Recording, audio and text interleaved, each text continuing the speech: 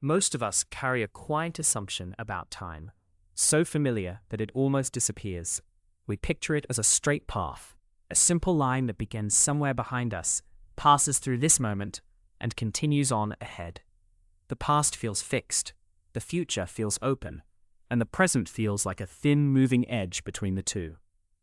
Daily life reinforces it in 1,000 small ways. The coffee cools, the sun sets, a message is sent, and then it's gone. Moments seem to pass only once and never return. And yet this simple picture shapes nearly everything about being human. It gives our memories their bittersweet weight, because what's remembered is what can't be revisited. It gives identity its continuity, because you are the person who moved through those unrepeatable scenes. And it gives meaning its urgency, because choices feel precious when the universe offers no second draft. Linear time is not just a belief about clocks, it's a foundation under the story you tell yourself about your life. But long before modern physics, people watched the sky and noticed something that didn't feel like a straight line at all. The seasons return. The moon grows and thins and grows again. Planets wander, loop, and come back to familiar places. Early civilizations lived inside cycles so steady they could be trusted more than kings. In Hindu traditions, time expands into vast repeating ages, and samsara speaks of lives returning in new forms, as if existence itself turns like a wheel. And in ancient Greece, some philosophers wondered whether the cosmos might be condemned or blessed to repeat endlessly, the same grand pattern unfolding again and again. Centuries later, in the quiet of the Swiss Alps, Friedrich Nietzsche sharpened this old intuition into a single unsettling thought. He called it eternal recurrence. Imagine, he suggested, that everything you have lived, every joy, every regret, every ordinary afternoon, would return. Not once, not twice, but forever. The same sequence, the same details, every word you spoke, every hesitation, every private moment you thought no one saw, repeating in an infinite loop. Nietzsche didn't offer this as a comforting myth. He offered it as a psychological test. Could you endure the idea? Could you live in such a way that you would welcome the repetition?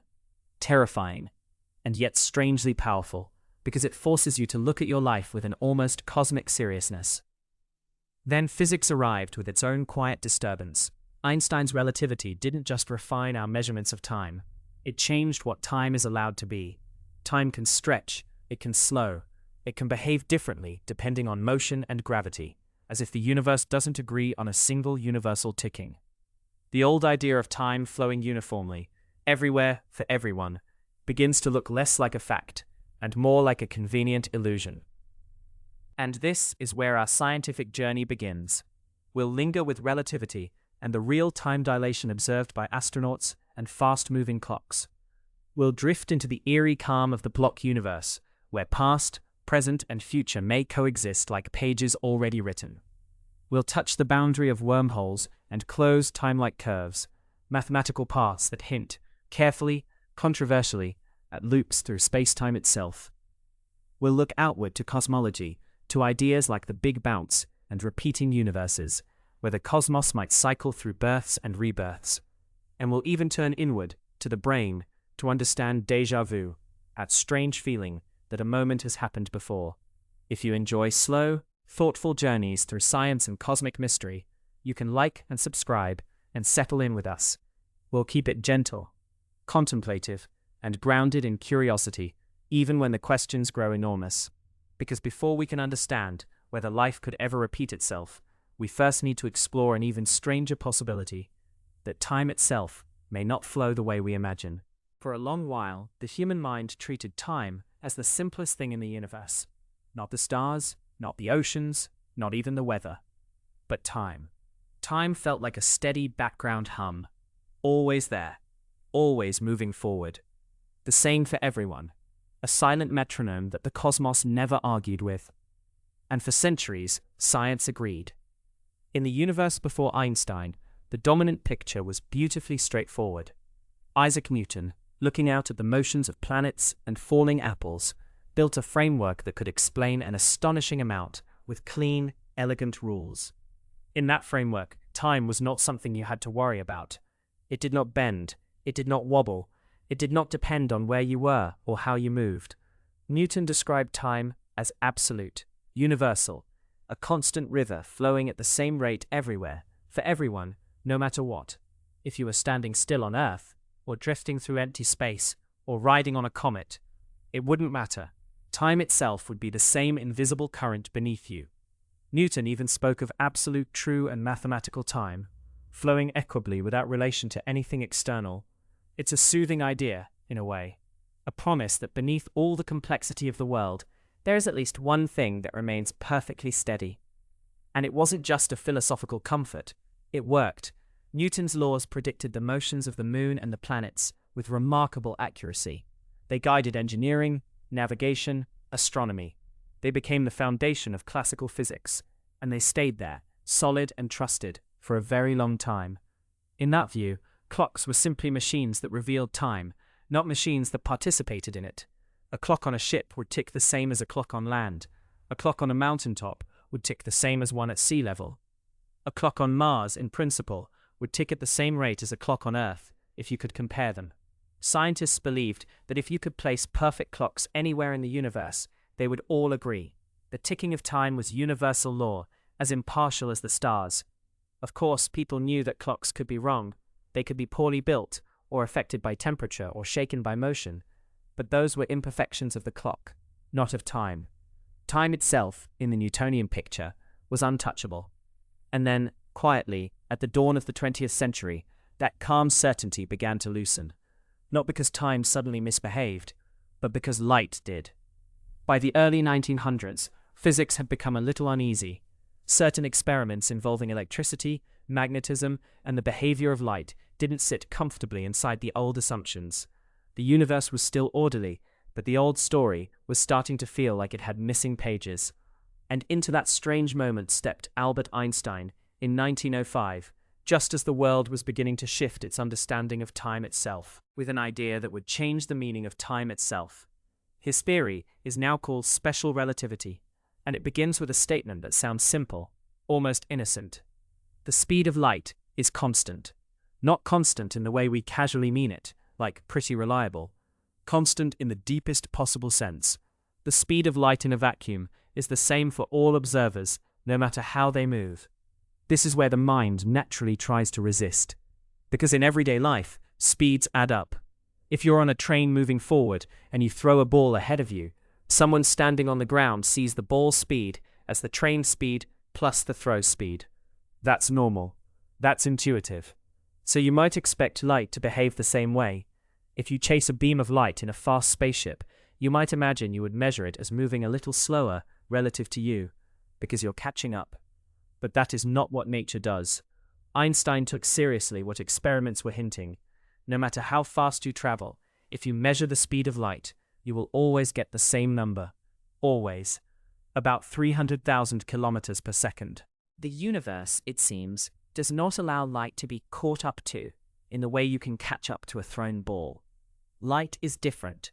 It is woven into the rules, and if the speed of light is constant for everyone, then something else must give. Because you cannot keep all the old assumptions and also keep light speed fixed. If different observers are moving relative to each other, and they must all agree on the speed of light, then the measurements of distance and time cannot remain universal. Something has to flex, and the thing that flexes is time. In special relativity, time is no longer a single cosmic rhythm.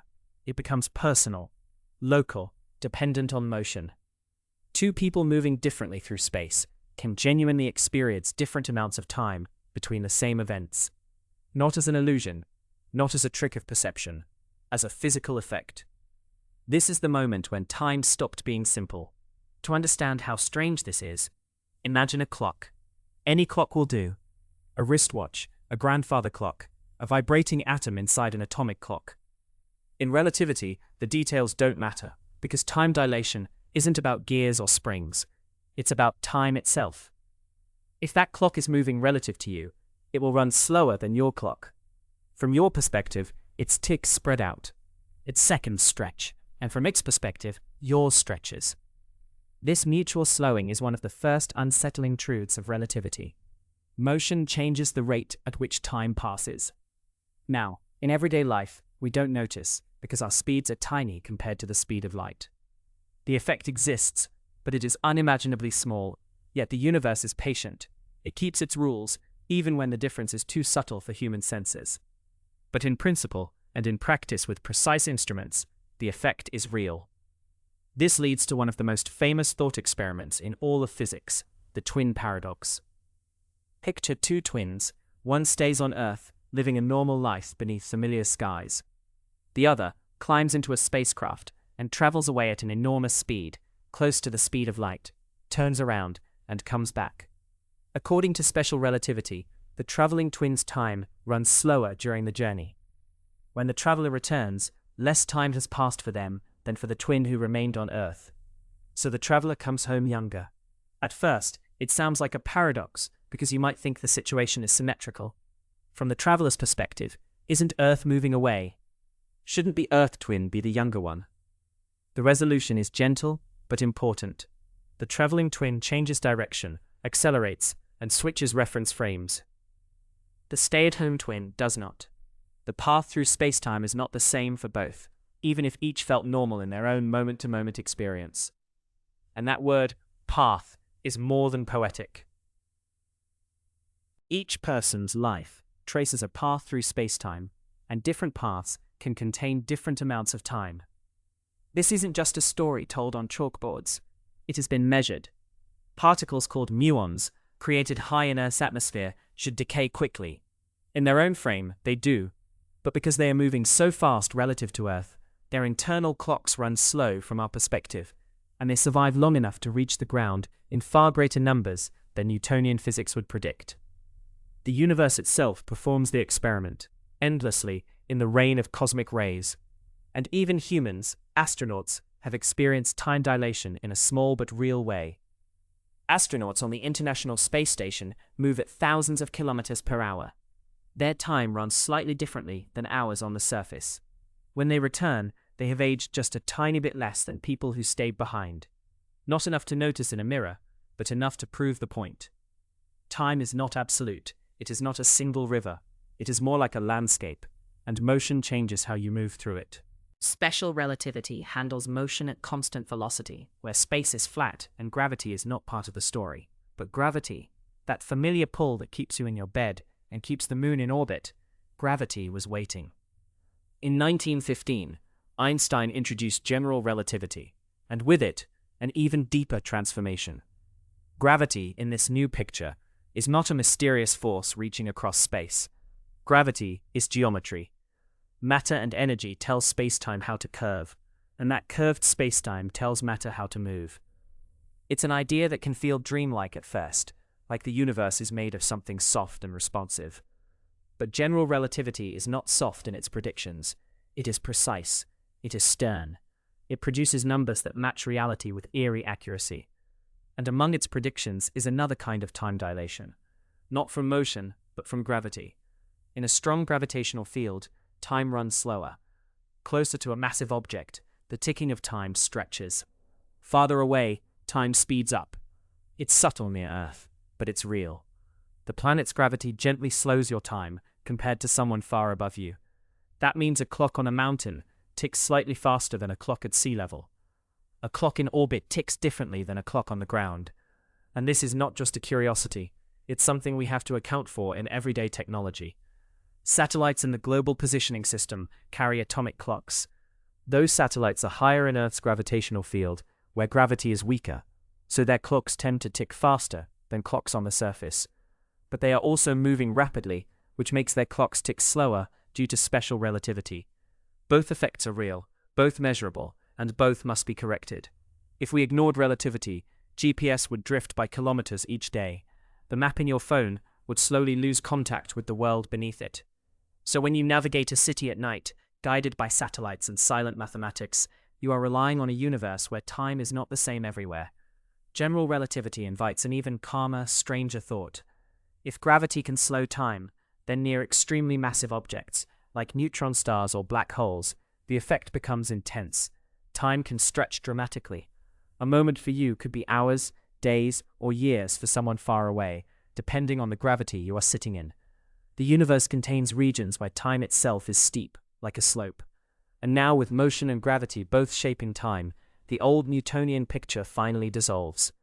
Not because Newton was careless, but because he was describing a gentler corner of reality, where the flexing is too small to see.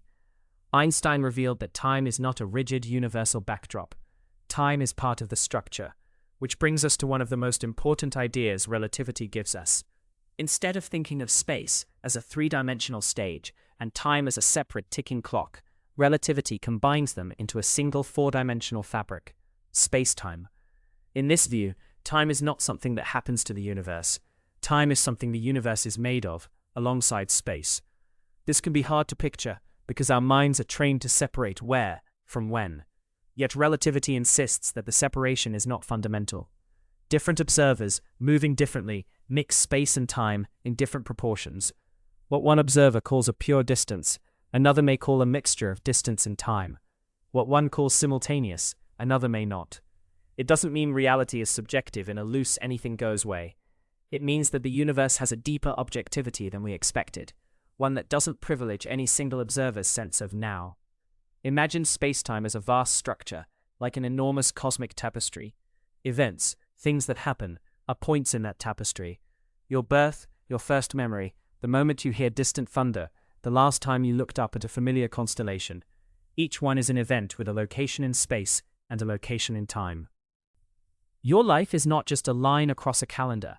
It is a world line through space-time, a continuous thread weaving from event to event, and different observers, moving relative to you, effectively slice that tapestry at different angles. Each slice is what that observer calls the present. This is where relativity begins to whisper something almost philosophical, something that feels less like an equation and more like a quiet challenge to intuition. Because in the Newtonian universe, the present moment is universal. There is one now, spread across the cosmos like a perfectly flat sheet. If something happens on Earth at this instant, there is a definite answer to what is happening on Mars at the same instant, even if we can't know it immediately. But relativity suggests that this cosmic now is not a single shared thing. The present may not be universal. Two observers moving relative to each other can disagree about which distant events are happening right now. They can both be correct within the rules of space-time. Their disagreement is not a failure of instruments, it's built into the geometry. This is called the relativity of simultaneity, and it is one of the first hints that time may be flexible in a deeper way than mere slow clocks. Here is the gentle core of it. If the speed of light is constant, then the way you synchronize clocks across space depends on your motion. What you consider simultaneous, two events occurring at the same time, changes depending on how you move. An event that is now for one observer might be already happened for another, or not yet happened, if the event is far enough away and the observers are moving relative to each other. Not because anyone is hallucinating, because the universe does not provide a single absolute definition of at the same time across distance. This is the moment where many people feel a quiet vertigo, a soft mental floating, as if the floor has shifted by a few inches. If there is no universal present, then the present is not a global feature of reality. It is something local, something tied to your motion through space-time. You still have your own now, your own sequence of moments, your own heartbeat and breath and thoughts arriving one after another. Relativity does not take away the intimacy of experience, but it suggests that the universe, viewed from above, does not share one synchronized clock face. Instead, it offers countless valid nows, each belonging to a different observer, each a different slice through the four-dimensional whole. And once you begin to accept that, the mind starts to wander to a larger, stranger possibility. If time can stretch with speed and slowing gravity, and if even the definition of now depends on the observer, then perhaps the flow of time is not the fundamental thing we thought it was. Perhaps what we feel as flowing is a way of moving along our thread in space-time, while the larger structure remains simply there. A quiet architecture of events. And if relativity has already shown that time is flexible, the next question becomes even stranger. Could the past and future already exist together in a single cosmic structure? Imagine taking that strange question and holding it up to the light of modern physics. Not as a metaphor this time, but as geometry. Because once relativity enters the story, time stops behaving like a universal current that carries everything forward together. It begins to look almost uncomfortably like another direction you can move through. Not with your feet, not with a spaceship, but with your existence itself. For most of human history, time felt like the most obvious thing in the world. It flowed, it advanced, it arrived, it left. The past was gone, the future was not yet, and the present was the thin, sharp edge where reality happened. But relativity quietly changes the rules of what happening even means. In everyday life, we treat time as something separate from space. Space is where objects are. Time is when events occur. Yet Einstein's insight was that space and time are not separate containers. They are woven together into a single fabric, space-time, and the way you slice that fabric into space and time depends on how you're moving. That's the shift, from flowing time to frozen time. Not frozen as in lifeless, but frozen as in complete. Like a whole sculpture, not a dripping candle. The entire shape exists, even if you only ever see one small surface of it at once. Relativity leads to this interpretation almost against our will. The equations don't ask for a universal cosmic clock. They don't require a single present moment shared by the entire universe. Instead, they describe a four-dimensional structure where all events, everything that ever happens, can be represented together. And once you accept that, an eerie possibility appears on the horizon. If space-time is a complete structure, then past, present, and future might not be three different categories of existence. They might be three different ways of looking at the same whole. The past would not be gone in any absolute sense. The future would not be missing in any absolute sense. They would simply be elsewhere in the structure. A landscape of moments rather than a river of moments. To picture this, physicists often use something deceptively simple, a space-time diagram. It's a kind of map, not of countries or stars, but of events. In these diagrams, an event is something that happens at a particular place and a particular time. A flash of light, a heartbeat, a supernova, a thought forming in your mind as you lie quietly in the dark. Each event becomes a point, not just in 3 dimensions of space, but in 4 dimensions. 3 of space, 1 of time. On paper, we can't truly draw 4 dimensions, so we simplify. We might draw 1 spatial dimension on the horizontal axis and time on the vertical axis. It's a shadow of the real thing, but a useful one. And in that shadow, something profound becomes visible. An object moving through space over time doesn't show up as a dot. It shows up as a line, a continuous thread of existence. This is what physicists call a world line. A world line is the history of an object, drawn as a path through space-time. If you stood still in space, your world line would be almost straight upward through time. If you moved across a room, your world line would tilt. If you traveled near the speed of light, it would tilt dramatically, approaching the angle that light itself traces. And if we extend that idea beyond simple objects, if we apply it to a person, then an entire life can be pictured as a single continuous curve through space-time. Not just the highlights, not just the moments you remember, every ordinary second too. The first breath, the first time you learned a word, a quiet afternoon you've forgotten, a future conversation you haven't had yet. All of it, potentially part of one unbroken path. In the block universe view, that path is not something being written as you go. It is the whole story, already laid out in space-time, like a trail across a vast terrain. And you, the you who feels awake right now, might be experiencing only one tiny cross-section of that trail. Now, if you're listening closely, you might feel the tension building, because something in us insists that the present is special, that there is a real now moving forward, bringing the future into existence, and pushing the past into non-existence. But relativity has a way of undermining that intuition with calm, uncompromising logic. In Newton's older picture, time was absolute.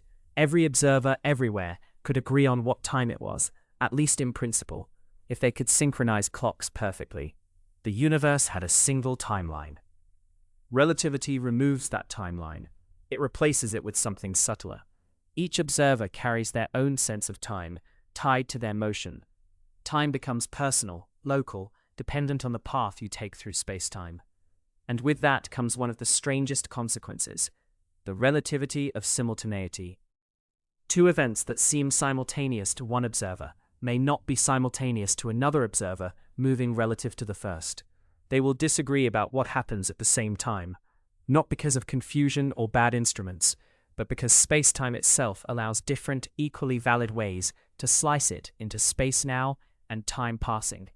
So the idea of a universal present moment begins to dissolve. If there is no single way to define now across the cosmos, then what is the present? You can still define a present for yourself, a surface of simultaneity that feels natural in your frame of reference. But someone moving differently will define a different surface. Their now will cut through space-time at a different angle, including events you would call future and excluding events you would call present. In other words, what you consider to be happening right now, somewhere far away, depends on your motion. That's not just a quirky detail, it strikes at the heart of what we mean by the present. Because if the universe had an objectively real present, then everyone should agree on it. It should be part of the world, not part of the observer. But relativity suggests the opposite. Now behaves more like a perspective, a choice of slicing, a way of organizing experience, rather than a fundamental feature of reality. Some philosophers and physicists take this as a hint that the present is not a moving spotlight illuminating existence. Instead, existence may be the whole block, and the spotlight is something our minds create, a practical tool for living, not a deep property of space-time. This is where the block universe interpretation becomes more than a diagram. It becomes a worldview. In that worldview, space-time is the complete four-dimensional reality. All events are equally part of it. The year you were born and a year long after you're gone are both there, the way two distant cities are both there on a map. You don't experience both cities at once, but the map contains them. And your experience of traveling from one to the other doesn't require the destination to be conjured into existence only when you arrive. It was always part of the terrain. This is a hard thought to hold because it seems to contradict the most intimate feeling we have, the feeling that time flows. And yet, even Einstein himself, the architect of relativity, seemed to accept the strange implication. Near the end of his life, when his close friend Michel Besso died, Einstein wrote a letter to Besso's family. It was private, human, and quietly profound. In it, Einstein offered a kind of consolation, but not the kind most people expect. He suggested that for those who believe in physics, the distinction between past, present, and future is only a stubbornly persistent illusion. Not a flimsy illusion, not a childish mistake, but a stubborn one, persistent, something that refuses to go away, even when our best theories tell us it might not be fundamental. Einstein wasn't saying that time is meaningless or that grief isn't real. He was pointing toward the scientific context that had shaped his intuition for decades. In relativity, the universe does not naturally come with a single moving present. The equations treat time as part of the geometry. They don't highlight a special moment called now. From that view, Besso's life was not erased by death in the way a present-focused intuition might suggest. The moments of his existence were still part of space-time, still part of the block, still written into the structure of reality. Many later physicists took Einstein's remark seriously, not as poetry, but as a sign of where the physics was pointing. Some embraced the block universe as the most natural reading of relativity. Others resisted, hoping that a deeper theory might restore a meaningful present. But even the resistance revealed how powerful the idea was. Because if the present is not universal, if it is frame-dependent, then the block universe begins to feel less like a philosophical preference and more like a default interpretation. A calm, unsettling conclusion. The universe does not happen. It simply is. And within that is, your entire life might occupy a particular region of space-time, like a long ribbon woven through the cosmic fabric. In this picture, every moment of your life already exists somewhere in space-time. The moment you lost something, the moment you found something, the moment you will laugh unexpectedly in the future, the moment you will fall asleep tonight, or wake up tomorrow, or look out a window years from now. They are not being manufactured by the universe on demand. They are coordinates in the four-dimensional landscape. So where does that leave your experience, the vivid sense of moving through time? One way to imagine it is to think of consciousness as traveling along your world line, not traveling in the sense of choosing a direction through space-time, the way you choose a street, but traveling in the sense of sequential awareness. Your brain, your body, your perception, they occupy one slice of your world line at a time. The block is static, but but your experience is like reading along a sentence. The entire sentence exists on the page, but you, the reader, encounter it word by word. This metaphor is soothing for some people and disturbing for others, because it raises a question that feels almost unavoidable. If the entire world line exists, if the future is there, the way the past is there, does that mean everything is fixed? Is the universe deterministic in a deep sense, with no room for genuine choice? Here the calm certainty starts to blur, and the mystery returns. Relativity alone doesn't fully settle the question of determinism. It gives a geometric structure, but it doesn't necessarily tell you whether the contents of that structure are inevitable or merely consistent. And when you bring quantum mechanics into the conversation, the waters become even deeper, filled with probabilities, uncertainties, and debates that still haven't fully resolved. But in the simplest block universe picture, the feeling of making choices could be interpreted as part of the path itself. The deliberation, the uncertainty, the decision, all of it is inside the block. From within the experience, you don't know what comes next, so choice feels real. From the outside, the entire story is already part of the space-time structure. That's the tension, lived freedom versus geometric completeness. Some thinkers try to soften it by saying that even if the block exists, you are not separate from it. Your choices are not being overwritten by fate. Your choices are the mechanisms by which the future portion of your world line takes the shape it has. In that framing, the block universe isn't a prison, it's a description of the whole, including your agency. Others are less comforted. They hear already exists and feel a chill, as if the future is locked, as if novelty is an illusion. And yet even that chill has a strange beauty to it, because it suggests that nothing is ever truly lost, not in the simple sentimental sense, but in the structural sense. Your moments are not bubbles that pop out of existence. They are part of the geometry. And now, gently, we arrive at the first echo of something even older, and even more cosmic. If the block universe is real, then events are fixed and eternal within space-time. Your life is not a flickering flame that vanishes behind you. It is a complete shape, a finished constellation of moments. And once you begin to accept that kind of eternity, the mind naturally wanders toward a further thought, one that has appeared in philosophy for centuries: eternal recurrence. The idea that existence might repeat. Not just that memories repeat, or patterns repeat, but that the entire sequence of events could occur again, perhaps endlessly, in some grand cosmic cycle. The block universe itself doesn't demand repetition. It only suggests completeness. But it makes repetition easier to imagine because it invites you to think of time as a whole object. Something that could, in principle, have structure beyond a simple beginning and end. If the universe has cycles, if cosmology allows for expansions and contractions, or for repeating phases, or for multiple cosmic epochs that resemble one another, then a block-like view of time can start to feel like a set of stacked tapestries, each one complete, each one containing a full history. And if the conditions repeat closely enough, perhaps the events inside repeat too. A life lived again, a decision made again, a quiet night like this one, returning in a far-off echo of the cosmos. Some models in cosmology have explored cyclic universes, universes that bounce rather than begin just once. Others imagine an endless inflationary process, spawning regions with similar beginnings. And while none of these ideas are confirmed in a simple, comforting way we might want, they open a door to the possibility that the story of reality is not a single straight line, but a pattern. And patterns in a universe governed by mathematics can be hauntingly persistent. So in this block universe view, your world line could be one timeless thread in one timeless structure. Or it could be one of many threads in a repeating cosmic weave.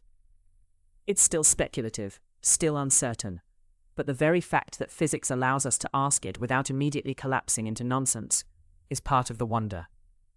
Because it means time is not merely what it feels like, it is something deeper, something with shape, something that might be mapped, sliced, and understood. And if time can be treated like a landscape rather than a river, if the past and future are not destroyed and created, but simply located, then an even stranger curiosity begins to glow at the edge of the night. Some physicists began wondering whether it might even be possible to travel through that landscape. In Einstein's universe, the landscape of time and space is not merely a stage where events happen. It is an active, responsive fabric, able to stretch, bend, ripple, and sometimes, if the mathematics permits, fold in ways that feel almost like science fiction. General relativity begins with a set of equations that look, at first glance, like an elegant constraint. Matter and energy tell space-time how to curve. Curved space-time tells matter how to move. A simple trade, geometry for gravity. But hidden inside that simplicity is an astonishing freedom, because Einstein's equations do not describe only one universe. They describe a whole family of possible universes, a vast catalogue of geometries. Many of them resemble the cosmos we recognize, expanding, filled with galaxies shaped by stars and black holes. Yet some solutions are far stranger. They are still lawful, still consistent with the equations, but they reveal that the rules of relativity do not automatically forbid exotic structures. They merely ask that the structure obey the math. And when physicists began exploring those solutions, they found unexpected possibilities, including scenarios where the neat separation between past and future becomes less neat. In everyday life, time feels like a line. You stand on one point, and the next moment arrives, and the previous moment is gone. But in relativity, time is woven into the geometry. Paths through space-time, world lines can be straight or curved, depending on gravity and motion. Usually, a world line moves forward through time in the way we expect. It progresses from earlier events to later ones. Yet in certain exotic geometries, the forward direction can be twisted. The structure of space-time itself can be arranged, at least on paper, so that a path that always moves locally forward in time can still lead you back to where you started. Not back to the same place necessarily, but back to the same moment. It's a quiet idea, almost too calm to be frightening. You would not need to reverse your clock. You would not need to break the speed of light. You would simply follow a route through a strangely curved space-time and discover that the route is a loop. These are not casual speculations. They are consequences that appear when you take Einstein's equations seriously and allow them to express their full range. Whether nature permits such geometries is another question, and it is a question that will haunt this section, gently but persistently like distant thunder. One of the most famous doorways into this topic begins with a word that sounds like a tunnel in a dream: a wormhole. A wormhole is often described as a shortcut, a connection between distant regions of space-time. If space is a kind of fabric, then a wormhole is like folding the fabric so that two faraway points touch, and then stitching them together with a throat, a bridge, a passage. In popular imagination, wormholes are corridors to starships, shimmering portals between galaxies. In theoretical physics, they arise in a more restrained way, as mathematical structures, solutions of the gravitational field equations that suggest space-time can contain handles or bridges. The earliest famous version appears in the work of Einstein and Rosen, a construction now called an Einstein-Rosen bridge. It emerges from the mathematics of black holes. Extend the solution, and you find not just a pit, but a kind of connecting geometry, as though the black hole were a mouth leading into another region. In the classic picture, however, this bridge is not a stable tunnel you can safely travel through. It pinches off too quickly. It is more like a fleeting connection, a momentary feature of the geometry, not a traversable road. Still, the concept took hold, because once you accept that space-time can, in principle, admit bridges, you can ask a more daring question. What if some wormholes could be held open? What if the throat could remain wide enough, long enough, for something to pass through? In theoretical models, that stability often requires exotic conditions, types of matter or energy that behave unlike anything we commonly see, such as matter with negative energy density. Already the idea becomes mysterious, not impossible in the equations, but demanding. And then comes the twist that makes wormholes feel less like a simple shortcut through space, and more like a potential shortcut through time. Because a wormhole does not merely connect two locations, it connects two events. An event in relativity is a point in space-time, a where and a when. So if you imagine two mouths of a wormhole, each mouth is not just sitting somewhere in space. It is sitting somewhere in space-time, with its own clock ticking in its own gravitational environment. If you could move one mouth relative to the other, perhaps accelerating it to near the speed of light and bringing it back, or placing it in a strong gravitational field, and then returning it. Then relativity tells you the clocks at the two mouths will no longer agree. Time dilation, the same effect that makes fast-moving clocks tick more slowly, and gravity slow time near massive objects, would create an offset. And if the wormhole throat maintains a kind of internal connection that keeps the two mouths synchronized in a peculiar way, you could end up with a bridge between different times. Step into one mouth, and you might exit the other not merely far away, but earlier relative to the outside world. Not by reversing your personal sense of time. Your heart would still beat forward, your thoughts would still unfold in order, but by exploiting a geometry where forward along your path leads to backward compared to someone else. It's important to linger on the subtlety. In these discussions, time travel is not about turning your body into a backward-running movie. It's about the structure of space-time allowing a path that returns you to an earlier coordinate time in some chosen frame. The mathematics is careful, and so is the strangeness. Wormholes in this way become more than tunnels. They become clocks with mouths. And once that possibility exists, even as a theoretical construction, it leads naturally to a concept that sounds almost like a spell from an old book of cosmology. Closed time-like curves. A time-like curve in relativity is a path through space-time that a physical object could follow without exceeding the speed of light. Time-like means you're moving through time in the normal way, always locally forward, always within the allowed cone of cause and effect. Your world line stays inside the light cone. You never outrun light. You never perform the impossible, at least not in the local sense. A closed time-like curve, often shortened to CTC, is a time-like path that loops back on itself. You travel forward in your own time. Your wristwatch advances. Your memories accumulate, and yet the curve in space-time bends around until it returns to the same event, the same point in space-time where it began.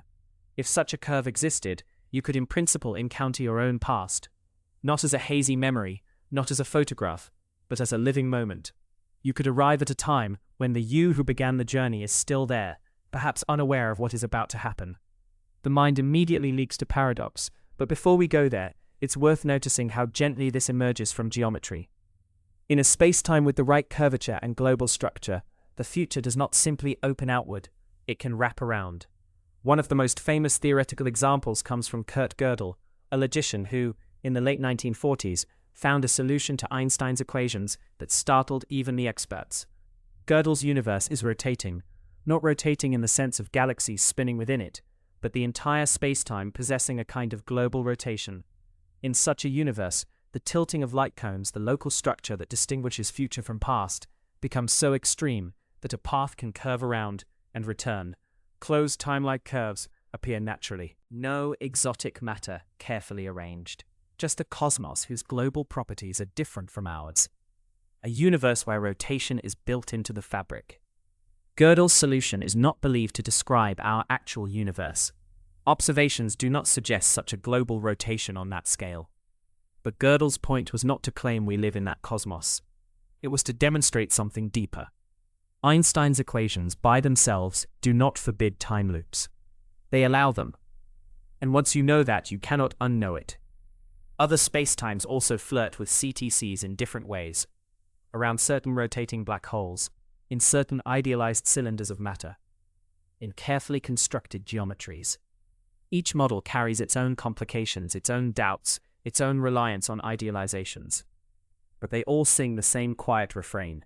The laws of general relativity do not automatically lock time into a single direction for the entire universe. And now, inevitably, we arrive at the story people tell whenever time travel is mentioned. A story that has become almost a ritual. The grandfather paradox. It begins with a traveler who goes back in time and changes something essential. The classic version is stark. You travel to the past and prevent your grandfather from meeting your grandmother. If you succeed, then you are never born. But if you are never born, then you never traveled back to do it. So how could you have succeeded? The contradiction is clean and unsettling. It's the mind catching itself in a loop and realizing the loop has teeth. There are many variations. You go back and destroy the blueprints of the time machine. You warn someone of a disaster, preventing it, which removes the reason you went back to warn them. You alter a choice, and the altered choice erases the conditions that allowed the alteration. In ordinary cause and effect, the past generates the future. The arrow points one way, but a closed time-like curve tangles the arrow into a circle. Cause can become its own effect. The beginning can depend on the end. And so, paradox seems unavoidable, unless the universe has a way of refusing contradictions. One idea is the notion of self-consistent timelines, sometimes associated with what is called the Novikov self-consistency principle. The basic feeling is simple, almost soothing. If you go back, you cannot change the past in a way that creates a contradiction, because the past you visit is already the past that included your visit. In that view, time travel does not create branching histories. It creates a single, consistent loop. You might try to prevent something, but your actions will always end up being part of how it happened. The universe, in a sense, chooses only those histories that close without logical fracture. It's a strange kind of freedom. You can travel to the past, but you cannot rewrite it. But only in ways that preserve the consistency of the story. This idea does not remove the eeriness. In some ways it deepens it, because it suggests a cosmos where certain events are locked in place, not by force, but by logic. A universe where the tapestry is woven so tightly that even a traveler's interference becomes just another thread that was always there. Still, self-consistency is a principle, not a proven law. It is a way to imagine how paradox might be avoided if time loops exist. And it raises another question, quieter but more fundamental. Even if Einstein's equations allow these loops, does nature allow them? This is where we meet Stephen Hawking, and a conjecture with a name that feels like a guardian standing at the edge of a forbidden road. The chronology protection conjecture. Hawking was deeply aware of the delicate balance between what mathematics permits and what the universe actually does. General relativity, powerful as it is a classical theory. It describes smooth spacetime, continuous and elegant. But the real universe, at its deepest level, is quantum. It flickers, it fluctuates, it refuses to be perfectly smooth. Hawking suggested that while general relativity might allow the formation of closed time-like curves, quantum effects might intervene to prevent them. In other words, the laws of physics might protect chronology, protect the ordinary order of cause and effect from being violated. The argument, in broad strokes, is that as a would-be time machine approaches the point where a closed time-like curve would form, quantum fields in that region could become violently unstable. Vacuum fluctuations might pile up, energy densities could grow without bound. The very attempt to create a loop in time might trigger a kind of quantum backlash, a surge of radiation or curvature that destroys the conditions needed for the loop. It's as if space-time, when pushed toward paradox, becomes turbulent. Not because the universe is offended by the idea, but because the physics of quantum fields in curved spacetime may not tolerate it. The geometry tries to twist into a loop, and the quantum world answers with a storm. This is not a proven theorem, it is a conjecture, an informed, compelling suspicion. We do not yet have a complete theory of quantum gravity, a unified description that fully merges general relativity with quantum mechanics. Without that, we cannot say with absolute certainty what happens at the threshold of a time loop. But Hawking's conjecture offers a kind of comfort, especially to those who worry that time travel would unravel reality. It suggests that the universe may have built-in safeguards, that the deep laws might conspire to keep history intact. And yet, even the existence of the question is remarkable, because it means that within our best description of gravity, time loops are not immediately dismissed as nonsense. They are treated as serious possibilities that must be addressed, either allowed or forbidden by deeper physics. So now, let yourself imagine, calmly, a universe where those deeper safeguards do not apply, or where they apply only in certain contexts, leaving room for rare and strange structures. A universe where events can loop. In such a cosmos, space-time is not simply a vast open arena stretching from a beginning to an end.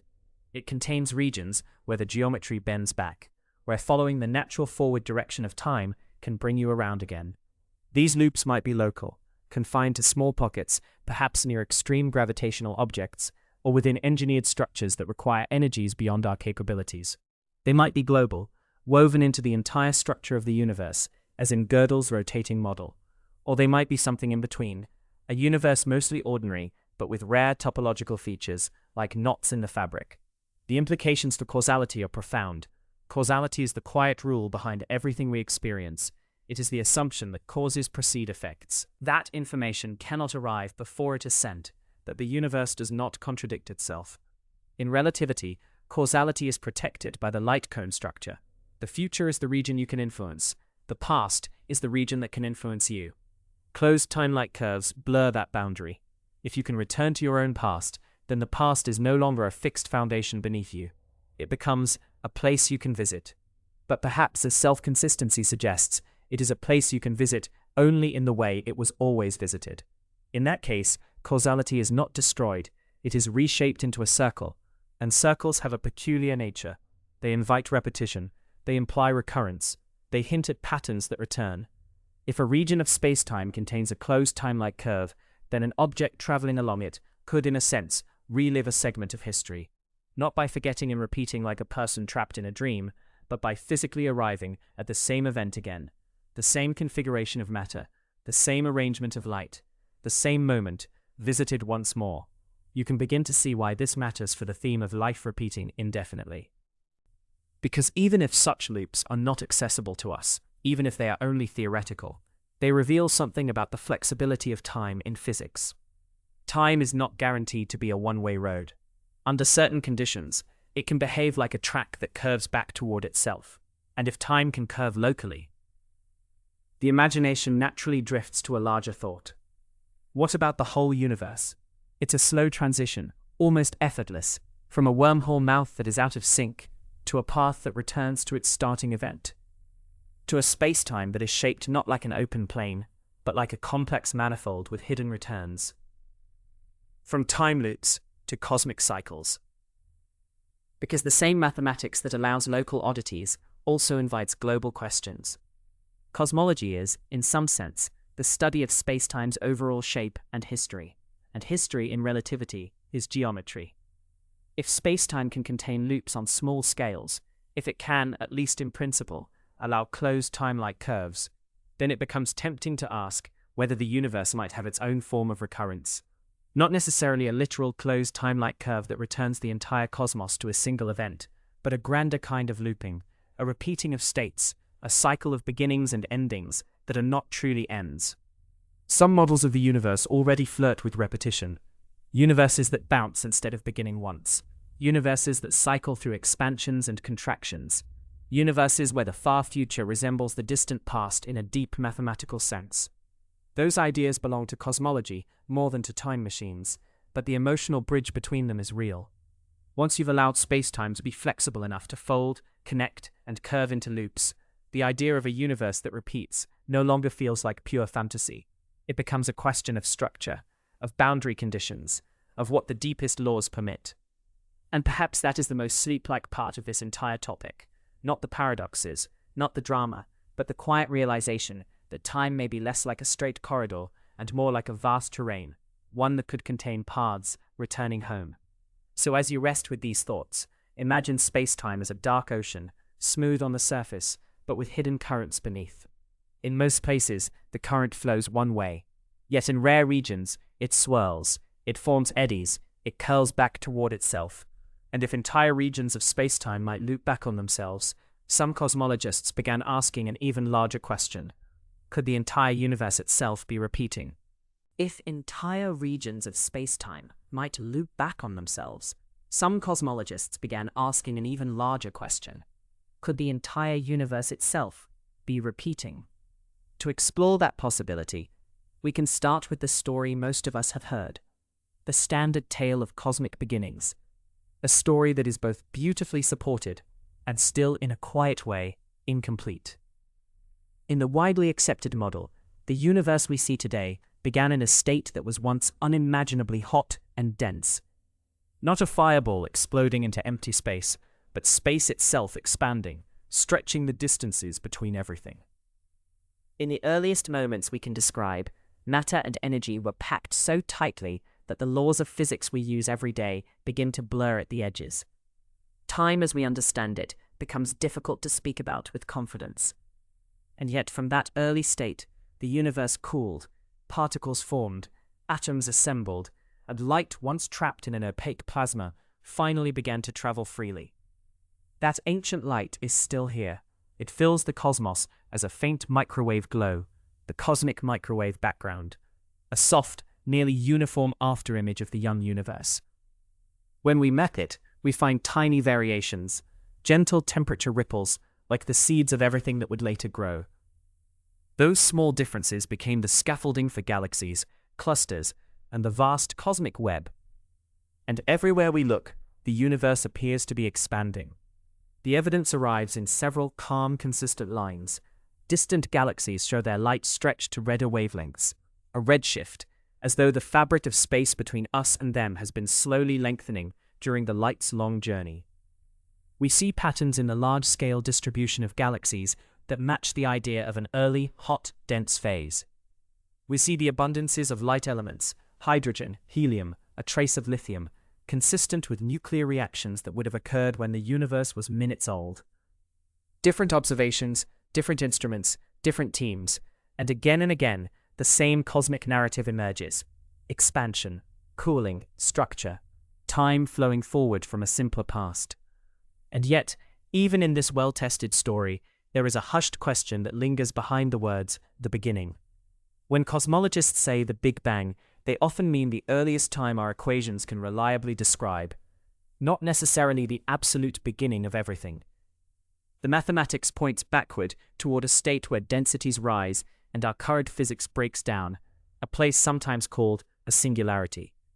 But a singularity in an equation can be a warning sign, not of a real physical point, but of a missing piece of theory. It may be telling us that we're pushing our tools beyond their designed limits. So the question becomes gentle, but profound. Was the Big Bang truly the first moment, the absolute start of time and space? Or was it a transition, a doorway, the latest crest in a much larger, older ocean?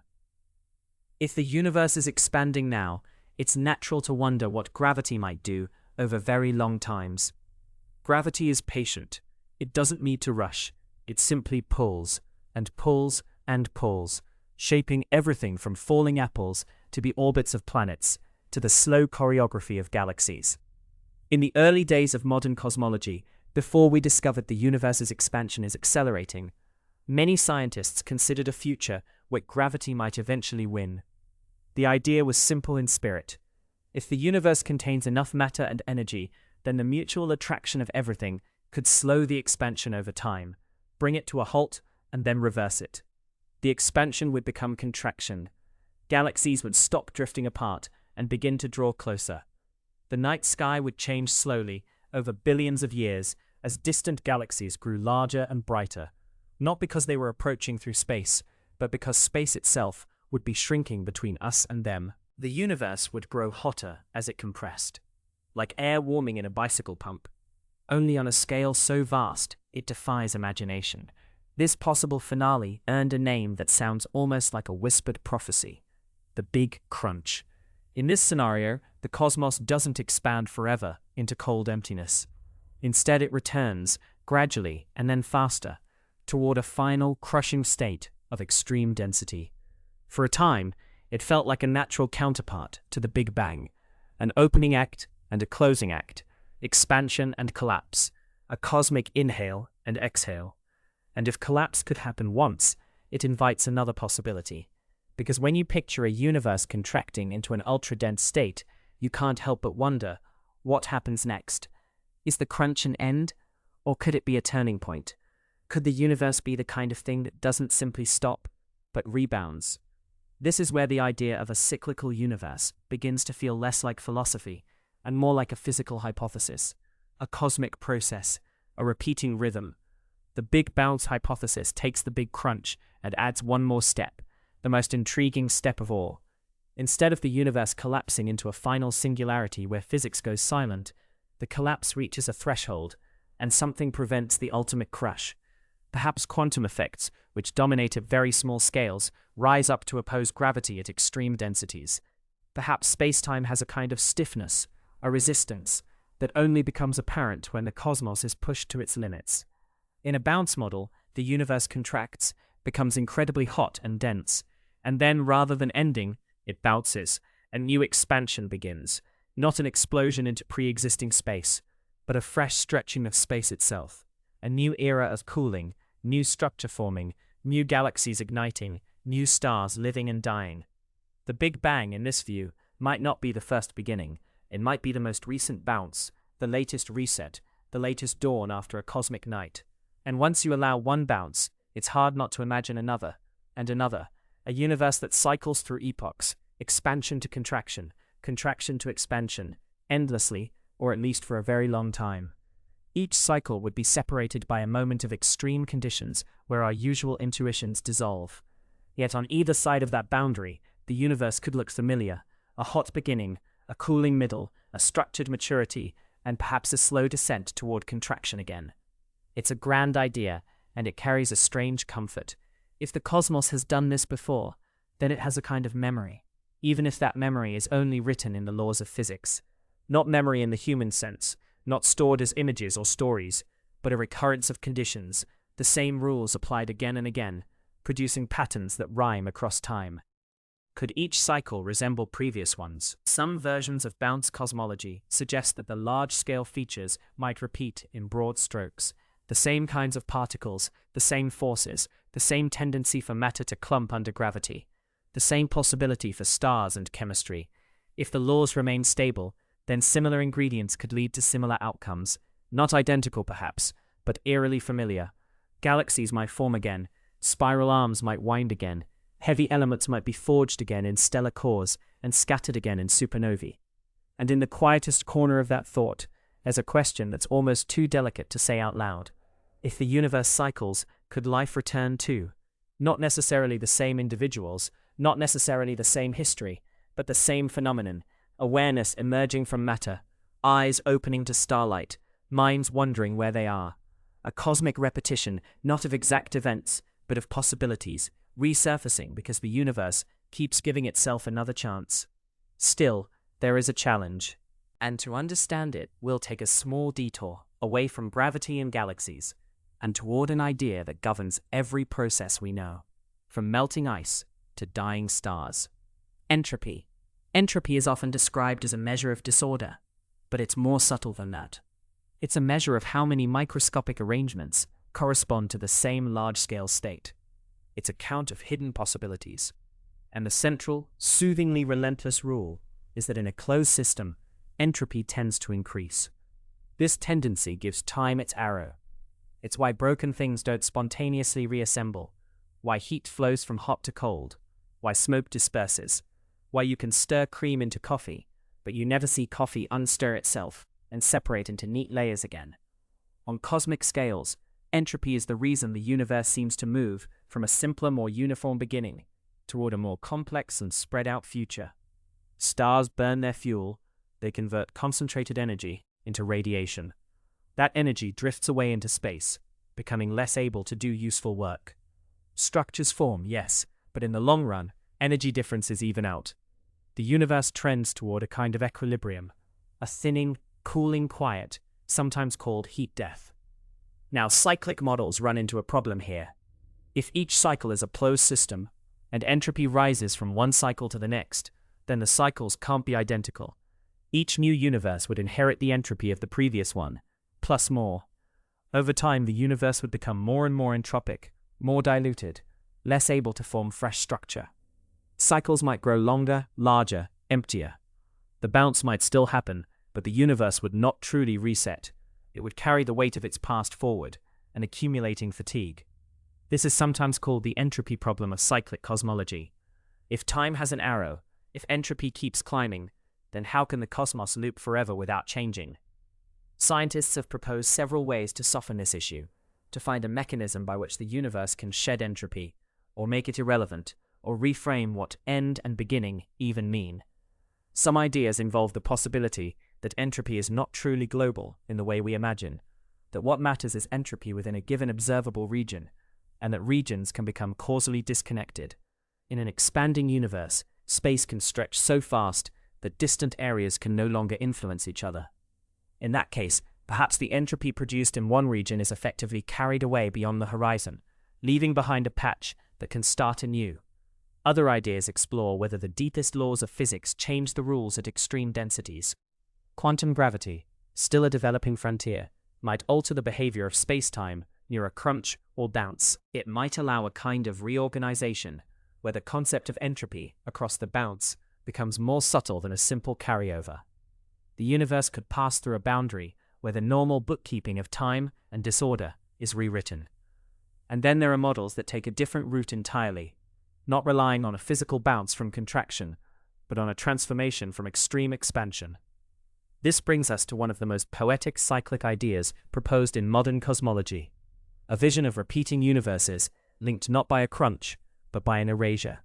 Roger Penrose, a physicist known for his work on black holes and spacetime, proposed something called conformal cyclic cosmology. The name is technical, but the core image is strangely serene. In Penrose's view, the far future of our universe might become so empty and so expanded that the usual markers of time and scale lose meaning. Imagine a cosmos where, after unimaginable eons, black holes have evaporated through a slow quantum process. Matter has decayed or dispersed. What remains is a thin bath of radiation, particles with no rest mass, moving at the speed of light. In such a universe, there are no stable clocks made of massive things, no atoms to tick, no planets to orbit, no enduring structures to measure time by. And here is the subtle twist. When everything is massless, the concept of scale becomes strangely flexible. The equations of physics can become conformally invariant, meaning that stretching or shrinking the universe doesn't change the essential form of the physics. In that special situation, the infinitely expanded future can be mathematically reinterpreted as a kind of new beginning. The end of one cosmic aeon becomes the birth of the next, not through a violent collapse, but through a smoothing, a fading, an ultimate stretching so complete that later begins to resemble earlier. A universe that doesn't crunch, but thins out into a state that can be mapped onto a new Big Bang. In this picture, there is an infinite sequence of aeons, each one a universe with its own Big Bang-like beginning, its own era of stars and galaxies, its own deep future, and then, quietly, a transition into the next. It's a bold idea, and like all bold ideas in cosmology, it invites a question that is both simple and difficult. If there were previous aeons, could we see their fingerprints? Penrose and some collaborators have suggested that certain patterns in the cosmic microwave background might be interpreted as evidence of events from before our Big Bang, echoes from the previous aeon. For example, if supermassive black holes merged in the aeon before ours, the enormous release of energy might leave a faint imprint, perhaps in the form of subtle circular features in the microwave background sky. Researchers have looked for such signatures. Some have claimed hints. Others have argued the patterns are consistent with random fluctuations expected in the standard model. The debate is quiet, technical, and ongoing, the kind of debate that unfolds over years with careful statistics and ever-improving data. No definitive proof has emerged, but the fact that we can even ask the question whether our sky contains relics of a universe before this one shows how far cosmology has ventured into the realm once reserved for myth. And whether Penrose's specific model is correct or not, it highlights a broader theme. Cyclic ideas often try to turn the end into a beginning without requiring the universe to pass through an impossible singularity. They search for a bridge, a lawful transition, a way for the cosmos to continue without needing an absolute first moment. Still, the arrow of time waits patiently in the background. Entropy does not surrender easily. If cycles exist, then either entropy must be managed, diluted, hidden behind horizons, or reinterpreted across boundaries where our normal thermodynamic intuition breaks. Some cyclic models suggest that while entropy increases locally, the effective entropy relevant to each new cycle can be reset by the geometry of spacetime itself, by expansion so extreme that what remains becomes uniform again. Others propose that the bounce is not symmetric. The universe might contract in a way that sheds complexity, smoothing out irregularities before the rebound. And in some approaches, what we call the beginning might be less about low entropy and more about the conditions needed for structure to form. A subtle distinction, but an important one. These are not easy problems. They are the kind of problems that remind us we are trying to understand everything, using minds that evolved to navigate forests and shorelines. And yet, step by step, we build instruments and equations that let us listen to the cosmos. Now, if we let ourselves drift into the philosophical implications for a moment, The idea of a cycling universe changes the emotional shape of existence. In a universe with a single beginning and a single end, history feels like a straight road. There is a once and a never again. But in a universe that cycles, history becomes something like a tide. The cosmos returns to similar conditions again and again. The stage is rebuilt. The lights come up. The same laws take their places, like actors who never forget their lines. And then we can ask, in that endless sequence, do similar patterns repeat?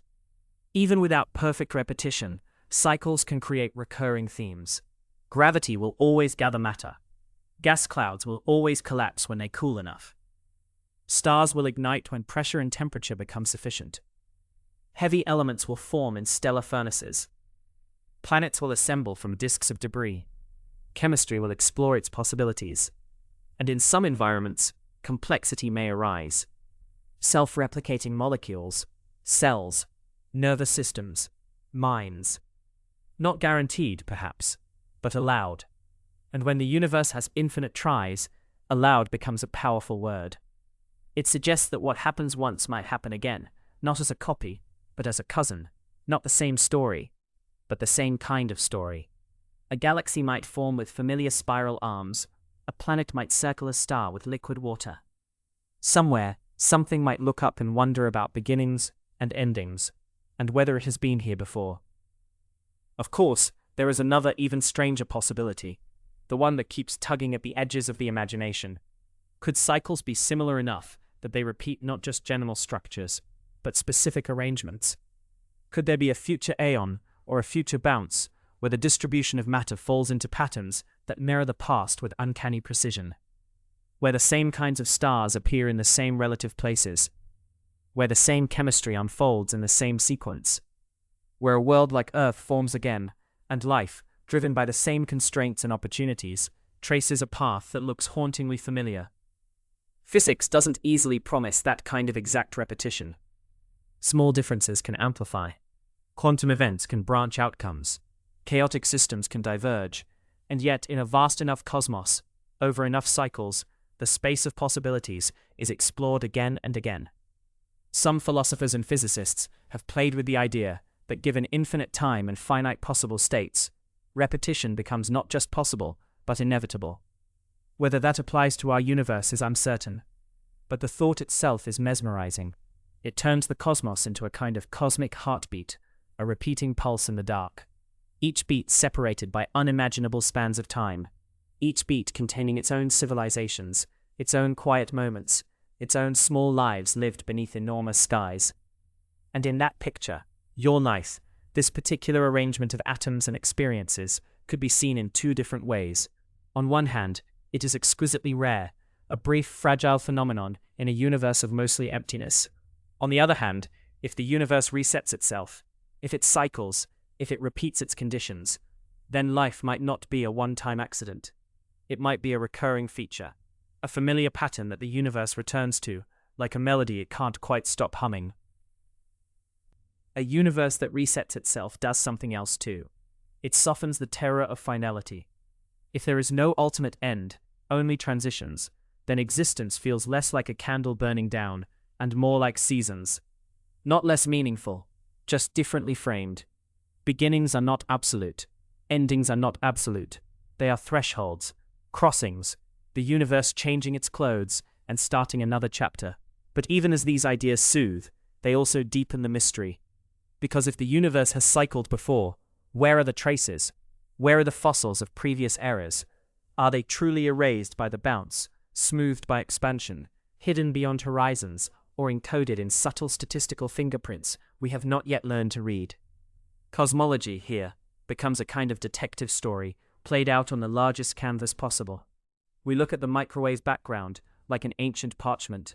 We measure the distribution of galaxies, like a slow-motion echo. We listen for gravitational waves, like distant thunder from the early universe.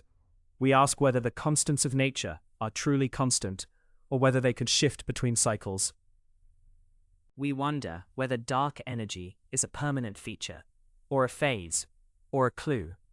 And through it all, the question of repetition remains.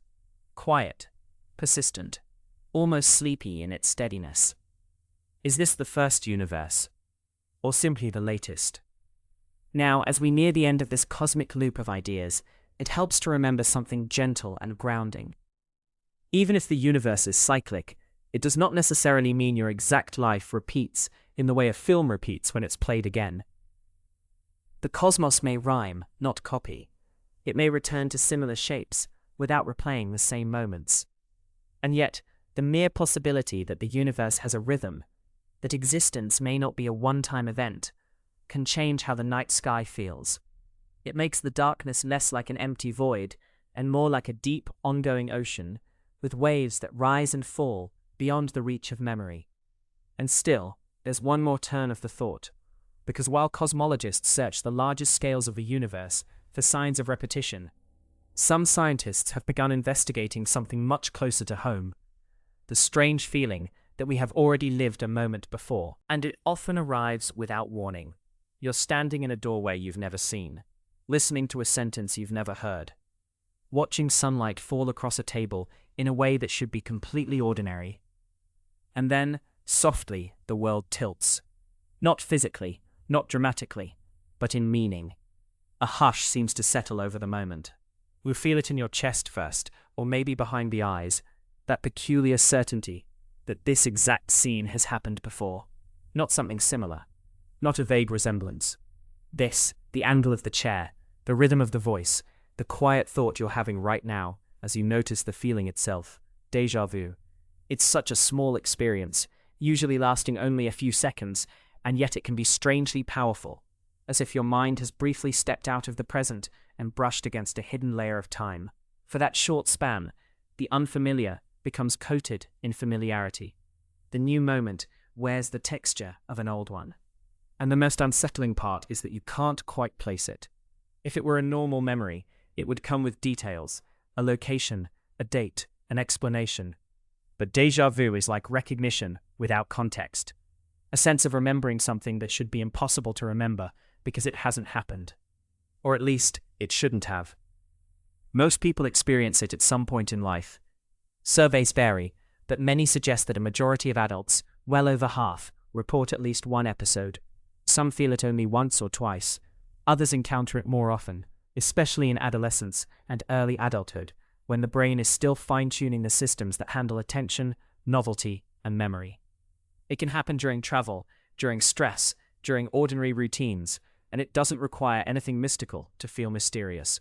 The sensation itself is enough. For a moment, you're left with a quiet question that doesn't demand an answer, but lingers anyway. Why would the mind produce a feeling of repetition inside a moment that is truly new? To understand that, we have to move deeper into the brain's architecture, into the hidden machinery that turns experience into memory, and memory into the feeling of I know this. In the center of this story sits a structure with a name borrowed from the sea, the hippocampus. Curved and layered, tucked within the temporal lobe, it is one of the brain's most important hubs for forming new episodic memories. Memories tied to specific events, places, and sequences. It helps stitch together what you see, what you hear, what you feel, and where you are, into a coherent record that can be stored and later retrieved. The hippocampus doesn't work alone. It is part of a broader memory network. Nearby regions, including areas of the medial temporal lobe, help tag experiences with familiarity. The cortex, spread across the brain like a vast landscape, stores long-term representations, patterns of knowledge, associations, and learned structures. Memory is not a single file saved in a single place. It is distributed, woven into networks. When you encounter something new, your brain is constantly deciding, is this novel or is it familiar? This decision matters. Novelty draws attention. Familiarity allows efficiency.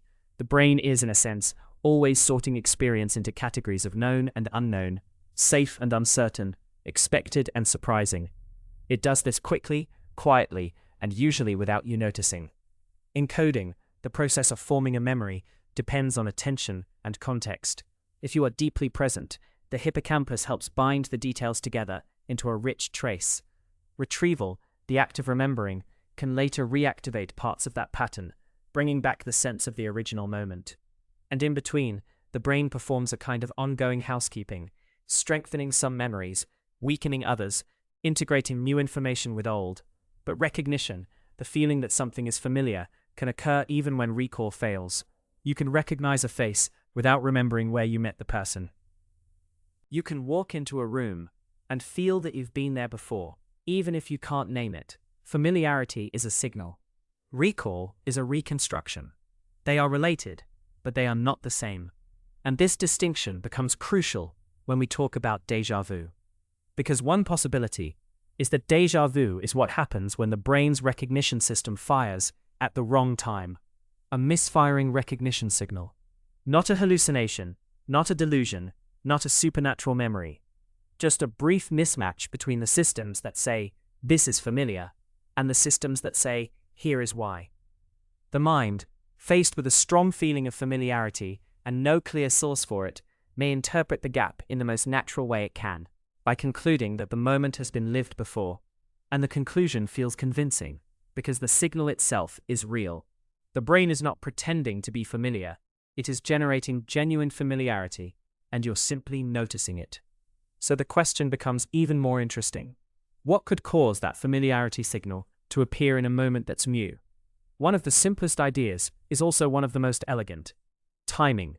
Your brain does not process the world as a single unified stream. It processes in parallel. Different features, color, motion, sound, spatial layout, meaning are handled by different circuits at slightly different speeds.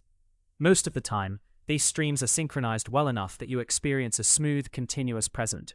But if, for a fraction of a second, something arrives out of sync, if a perception is processed twice, or processed in two pathways with a subtle delay, then the second arrival might feel like a repetition. Imagine hearing a word, and then hearing it again an instant later. You would call it an echo. In the brain, an internal echo could be experienced not as a sound repeating, but as reality repeating. A slight delay in processing could create the illusion that you're encountering the same moment twice. Some theories suggest that déjà vu could arise when information takes two routes, one faster, one slower, and the slower route arrives just late enough to feel like a second exposure. You see the scene, and then your brain sees it again, not with your eyes, but with internal processing. The second pass triggers familiarity, because the system that detects repetition has in fact encountered the pattern already, even if only moments ago. This kind of explanation is difficult to prove directly, because the timing differences would be tiny and the experience is fleeting. But it fits with the idea that déjà vu is an illusion of repetition created by the brain's own mechanics. Another family of explanations focuses less on timing and more on partial familiarity. Your brain is a pattern recognition engine. It constantly compares what you're seeing now to what you've seen before. It's not looking for exact matches.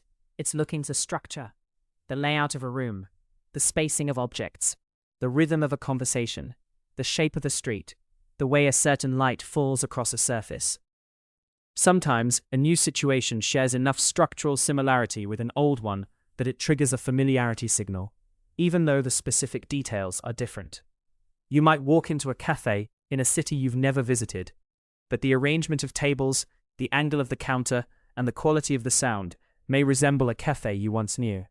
Your brain detects the match in pattern, not in identity. It says, "I know this." But when you search for the memory, you can't find it, because the match is incomplete. You don't actually remember this cafe. You remember something like it. That something like it may be enough to spark the sensation of déjà vu. There have been experiments designed to explore this idea.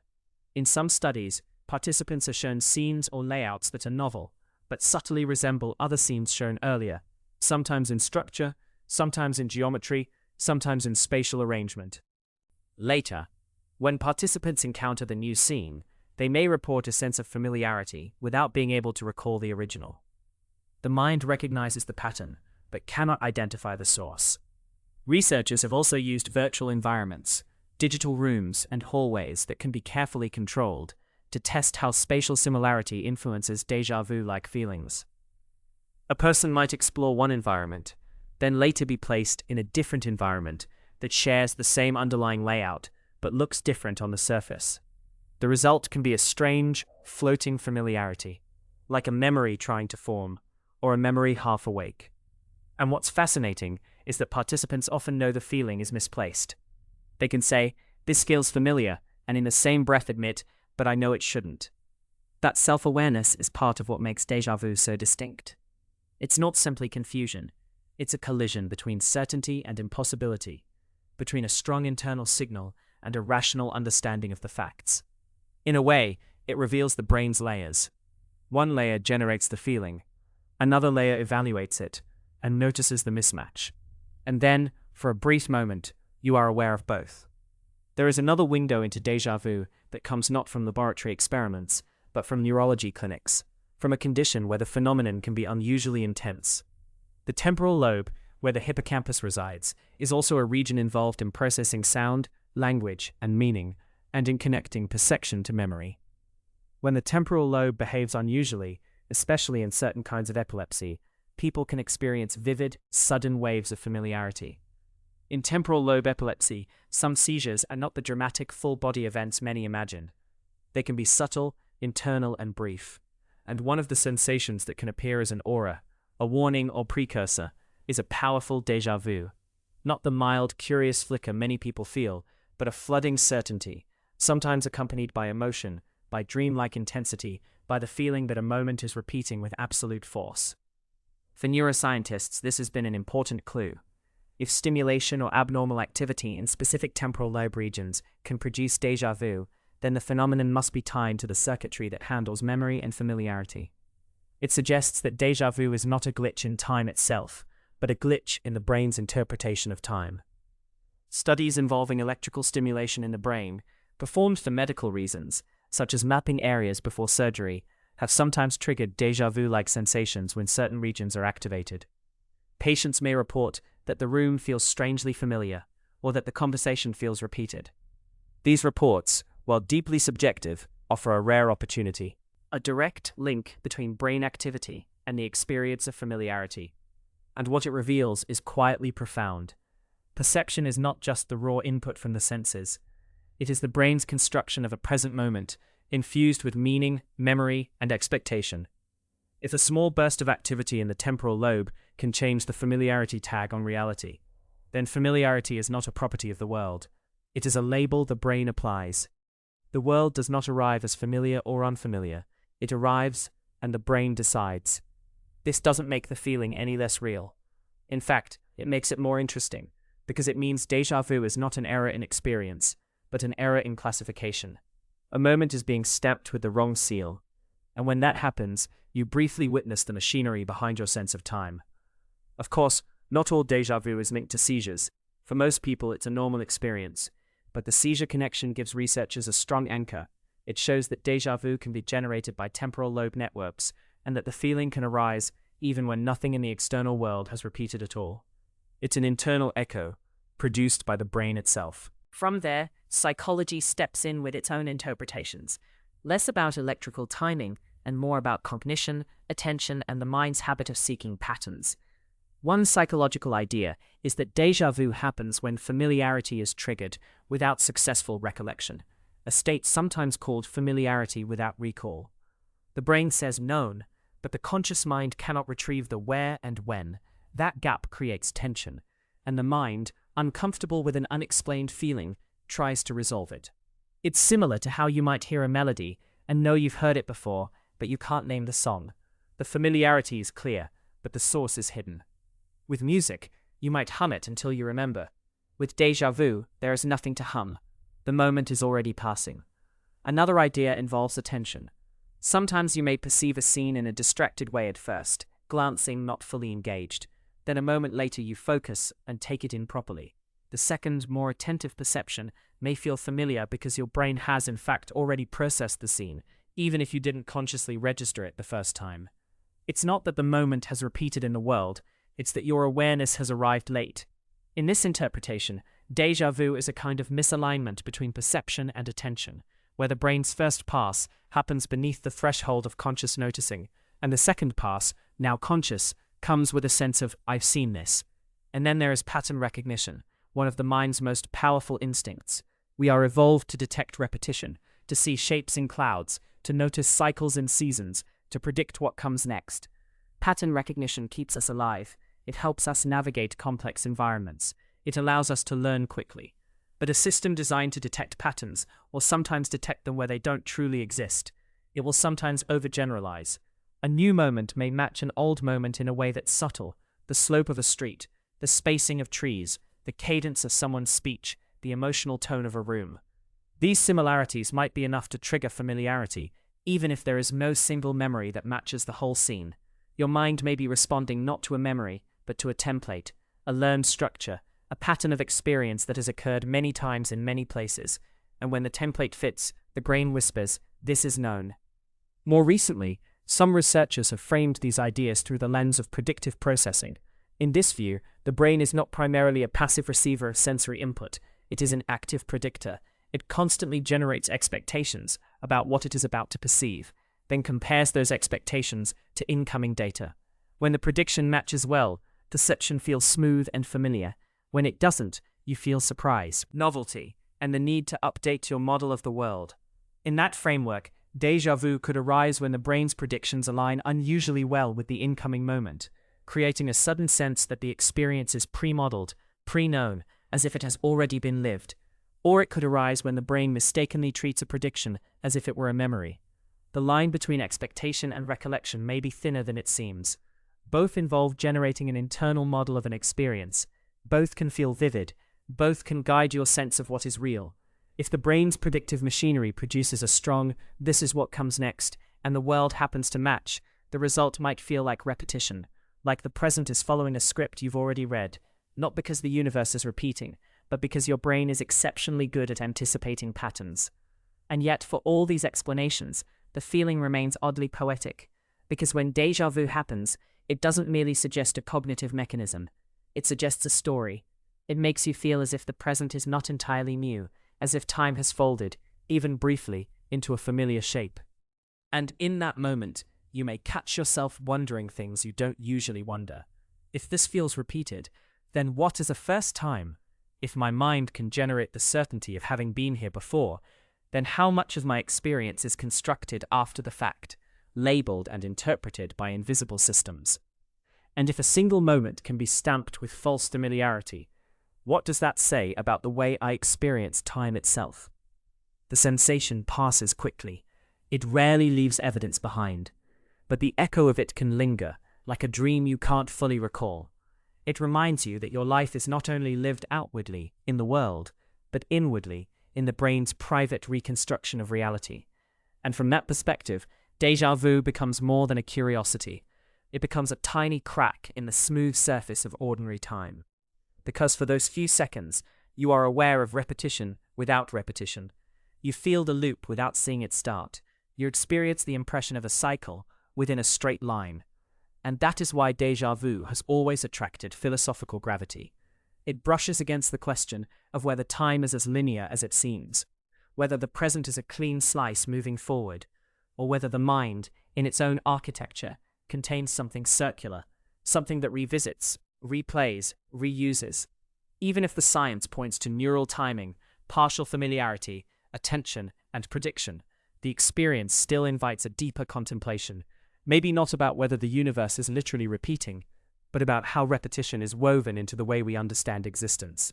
We recognize, we compare, we categorize, we search for what we've seen before, we build our identities out of remembered patterns, and we navigate our days by routines that loop and return. We mark the year by seasons, we tell stories in arcs that rise and fall, we feel comfort in the known, and we feel a strange shiver when the unknown masquerades as the known. Déjà vu is a tiny personal version of a much larger theme, the mind echoing itself.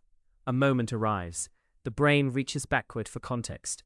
The brain reaches forward with prediction. And somewhere in the overlap, the present can feel strangely rehearsed, as if you've stepped into a scene that has already played. And perhaps that's why, throughout history, people have been drawn to ideas of recurrence, cycles of fate, repeating ages, eternal returns. Even when the details differ, the shape of the story feels familiar. A rise, a peak, a fall, and then another rise. In your own mind, déjà vu is a brief flicker of that shape. Not proof of destiny, not evidence of past lives, but a reminder that the feeling of repetition is easy to summon because the brain is built to detect it. And when you zoom out, from a single moment in a quiet room to the long arc of human experience, you begin to notice how often repetition appears in our collective narratives. Patterns in behavior, patterns in belief, patterns in conflict and discovery. The way certain ideas return under new names in new centuries, as if history itself sometimes experiences a kind of déjà vu. The mind, after all, is not separate from culture. The same pattern-seeking machinery that makes a room feel familiar may also make an era feel familiar. We look for echoes, we compare the present to the past, we sense the return of old forces in new forms.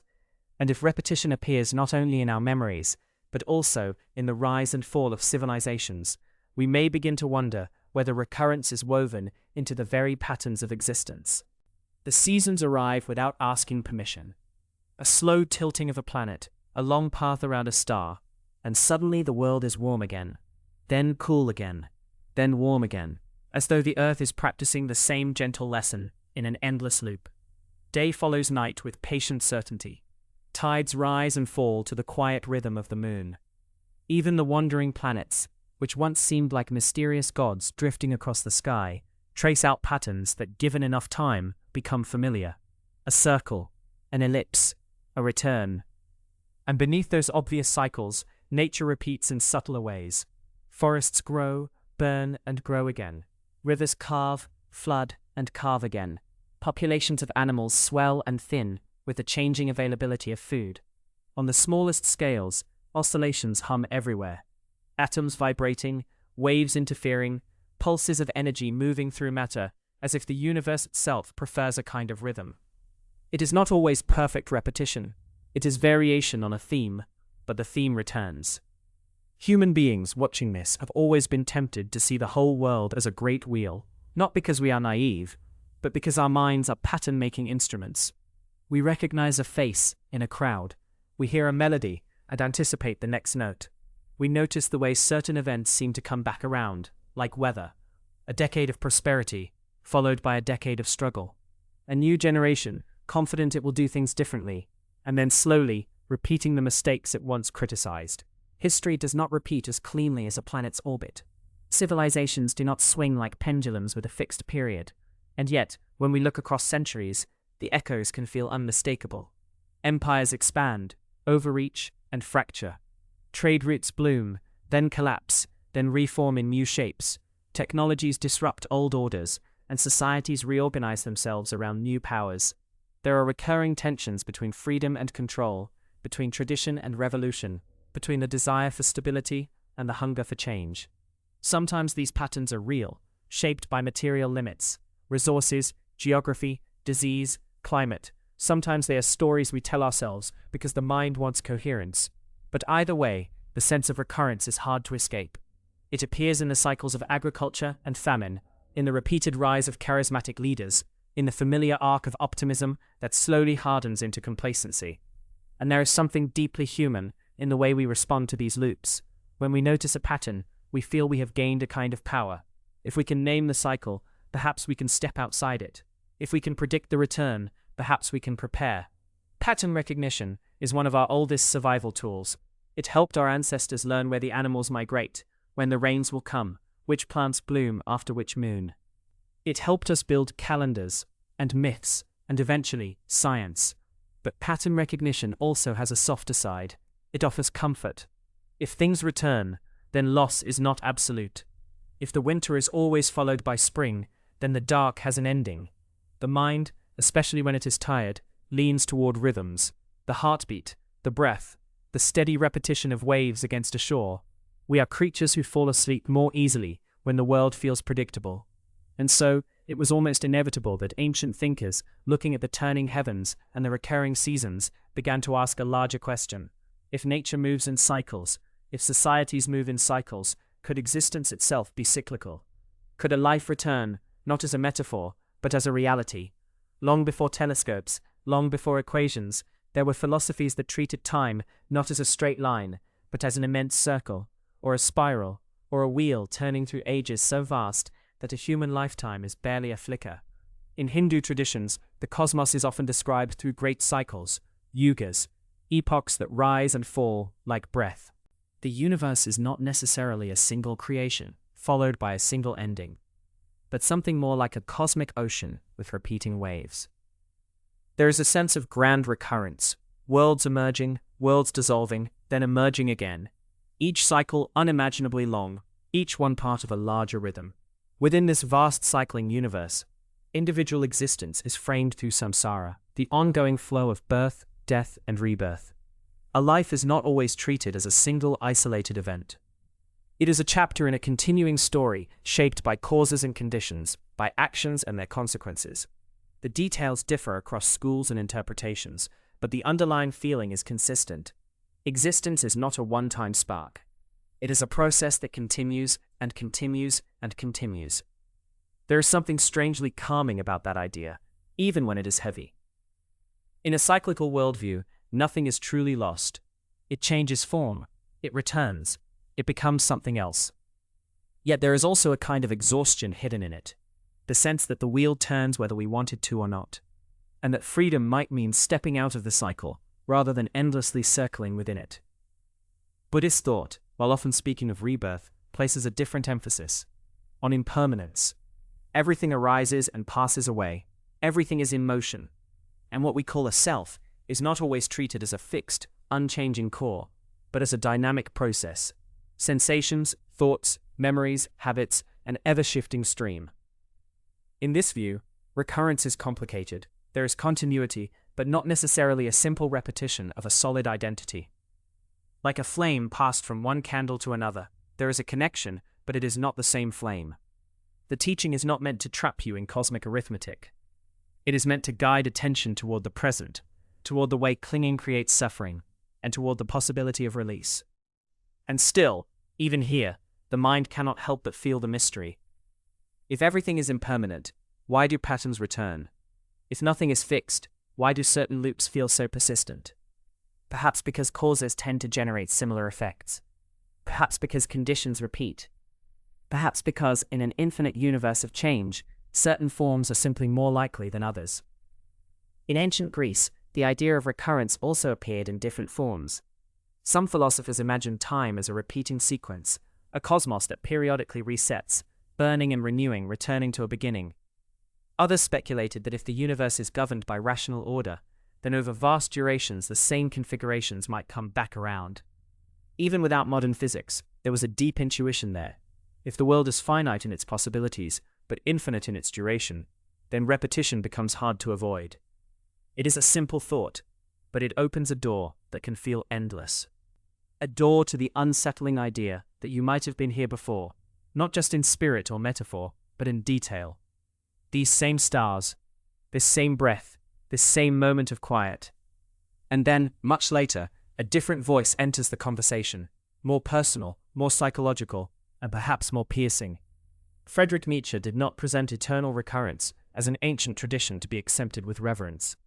He offered it as a thought experiment, almost like a midnight visitor, arriving unannounced, leaning close, and asking a question that is difficult to ignore. Imagine, he says, that a demon whispers to you, "This life you live, you will live again. Not once, not twice, but endlessly.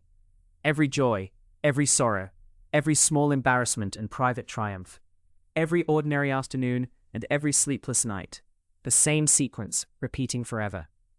Nietzsche's point was not to prove that recurrence is scientifically true. His point was to see what it does to you, to your heart, to your choices, to the way you interpret your own existence. Would you collapse under the weight of it, or would you respond with a kind of fierce acceptance, saying yes, not only to the pleasant parts, but to the whole of it, as it is? In his framing, eternal recurrence becomes a test of affirmation. If you had to live your life again and again, would you live it differently? Or would you live it in such a way that you could welcome its repetition? It is a question that can feel almost too intense, and yet, in the quiet, it can also feel strangely clarifying, because it pulls your attention toward what you truly value, what you regret, what you postpone, what you keep telling yourself you'll do someday, as if time is guaranteed to stretch forward forever. And the emotional impact of imagining infinite repetition is not simple. For some, it is terrifying, a prison of inevitability. For others, it is comforting, an assurance that nothing meaningful is ever erased. For many, it is both at once, a thought that makes the mind recoil, and then, slowly, lean in again. because even if the idea is only hypothetical, it forces you to confront something real, the way you relate to your own time, the way you treat your days as disposable or sacred, the way you rush through moments as if they are merely stepping stones to some future that will finally feel complete. And now, with that question lingering, like a low note held in the background, we return to the modern sky, to the language of physics, to the attempt to describe time not as it feels, but as it behaves. Relativity changed our understanding of time in a way that is still difficult to fully absorb. It tells us that time is not a universal river flowing at the same speed for everyone. It is intertwined with space, forming a single fabric, space-time, that can stretch and curve. Motion affects time. Gravity affects time. Two observers can disagree on the order of events and still both be correct within their own frames. From this, some interpretations emerge that feel almost dreamlike, the block universe idea, where past, present, and future all exist together as part of a four-dimensional structure. In this view, time does not flow in an objective sense. Instead, we move through the block, experiencing slices of it as the present. The future is not a blank space waiting to be written. It is already there in the geometry. Not all physicists agree on how to interpret this, and even among those who find the block universe compelling, there is debate about what it means for free will, for consciousness, for the feeling of becoming. But it offers a haunting possibility. Perhaps the universe is not a story being told moment by moment, but a completed sculpture, with every moment already carved into it. If that were true, recurrence might not be a matter of the universe repeating in cycles, but of our experience looping through something that is already fixed. Yet even that is not a settled claim. It is an interpretation, a way of trying to reconcile equations with intuition. Cosmology adds its own set of possibilities. The universe, as far as we can tell, has been expanding for billions of years. The evidence points toward a hot, dense early state, a beginning of sorts, followed by cooling and structure formation. Galaxies, stars, planets, life. But what happens far into the future remains uncertain. Some models suggest endless expansion, a gradual thinning and cooling toward a heat death, where usable energy becomes scarce and complexity fades. Other models allow for more dramatic endings, a big rip where expansion accelerates until structures are torn apart, or a big crunch where expansion reverses and everything collapses back together. And then there are cyclical cosmologies, ideas that the universe might undergo repeated expansions and contractions, or repeated phases of evolution. Some propose a bounce rather than a singular beginning, a universe that contracts, reaches a high-density state, and then expands again. Others imagine brains colliding in higher dimensions, creating repeated Big Bang-like events. These ideas can be mathematically elegant and deeply speculative. Physics, for all its power, has limits here. We can measure the cosmos with extraordinary precision, and yet we are still working with incomplete knowledge. We do not fully understand dark matter. We do not fully understand dark energy. We do not yet have a complete quantum theory of gravity that unites the very small with the very massive. And when we talk about the ultimate fate of the universe, we are often pushing our theories to extremes, beyond where we can test them directly. The equations become a lantern in a thick fog. They illuminate a little, but not the whole landscape. Even the idea of repetition in a finite system, like the suggestion that in an infinite time, configurations might recur, depends on assumptions. Is the universe finite or infinite? Is time infinite? Are there truly a finite number of possible states, or does the continuum of quantum possibilities avoid exact repetition? Does quantum randomness prevent perfect recurrence, or does it merely spread it across a multiverse of outcomes? We can ask these questions with great care and still end up with answers that are provisional, and sometimes simply unknown. And so we arrive at a wide, quiet vista of possibilities. At one end, there is the simplest story. You exist once. The universe unfolds once. Time moves forward, and while patterns may repeat in a loose way, there is no literal return. Your life is a singular event, like a unique ripple in a vast sea. At another end, there are the truly dizzying possibilities, an infinite cosmos with infinite time, where every arrangement that can happen does happen, and not just once, but endlessly. In such a universe somewhere, far beyond any horizon you could ever reach, there could be another Earth, another you, living out a life so similar it becomes indistinguishable. Or, if time itself loops, there could be this same universe returning, again and again, replaying its story like a cosmic record. And in between, there are countless variations. Recurrence without identity, cycles without exact repetition, patterns returning but never quite the same. A universe that echoes itself, but always with subtle differences. A universe that repeats on some scales and not others. A universe where the laws remain constant, but the outcomes diverge. Modern cosmology, as impressive as it is, remains unfinished. We have a map of what we can observe, but we do not know what lies beyond the observable horizon. We have equations that describe much of what we see, but we do not know if those equations are the final word, or just an approximation that will one day be folded into something deeper. Scientific humility is not resignation, it is a kind of honesty, a willingness to say, this is what we know, and this is where the mystery begins. And perhaps that humility is especially important when we bring the question back home, to the human mind. Because our experience of time is not only a matter of physics, it is also a matter of neuroscience. The brain does not perceive time directly, like a clock reading seconds. It constructs time from change, from memory, from expectation. The present moment is not a razor-thin slice. It is a small window, assembled by neural processes that integrate sensory information over fractions of a second, smoothing reality into something coherent. Memory, too, is not a perfect recording. It is a reconstruction. Each time you remember, the memory becomes slightly altered, blended with emotion and context. The past, in a sense, is rewritten each time you visit it, and that gives the mind its own kind of recurrence, loops of thought, patterns of feeling, familiar stories that replay when you are stressed, tired, lonely, or hopeful. There are reasons certain moments feel as though they return. Because the brain is a prediction machine. It anticipates what comes next, and when life resembles an earlier pattern, the brain reaches for an old script. This can be useful. Habits save energy. But it can also be haunting. You can find yourself repeating arguments, repeating relationships, repeating the same internal monologue, as if part of you is orbiting a hidden gravitational center. And yet awareness can soften that orbit. Simply noticing the pattern changes it. In neuroscience, as in life, observation is not always passive. Attention reshapes the brain. Experience rewires circuits. The future is not fixed in the way memory feels fixed. So when we contemplate cosmic recurrence, whether the universe repeats, whether lives repeat, it can do something gentle and unexpected. It can make the present feel more precious. Because if recurrence is true, then this moment matters not only once, but endlessly. And if recurrence is not true, if this moment will never come again, then it matters just as much, perhaps even more. Either way, the present becomes luminous. Not loud, not dramatic, just quietly profound. Science, in its best form, does not always remove mystery. Often it expands it. It replaces simple myths with deeper questions. It shows you that the night sky is not a painted dome, but a vast expanse of galaxies, and then it asks what lies beyond them. It tells you that time bends, and then it asks what time truly is. It explains how the brain constructs a self, and then it asks what it means to be aware at all. There is a particular kind of peace in that.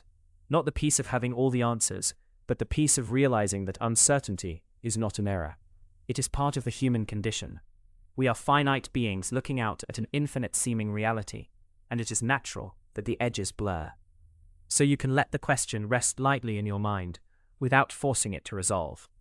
You can imagine the universe as a straight line, stretching from a beginning toward an unknown end. Or you can imagine it as a circle, returning to itself, or as a spiral, revisiting familiar territory while still moving into something new. And in the quiet, you can also consider a simpler possibility, that meaning does not require certainty.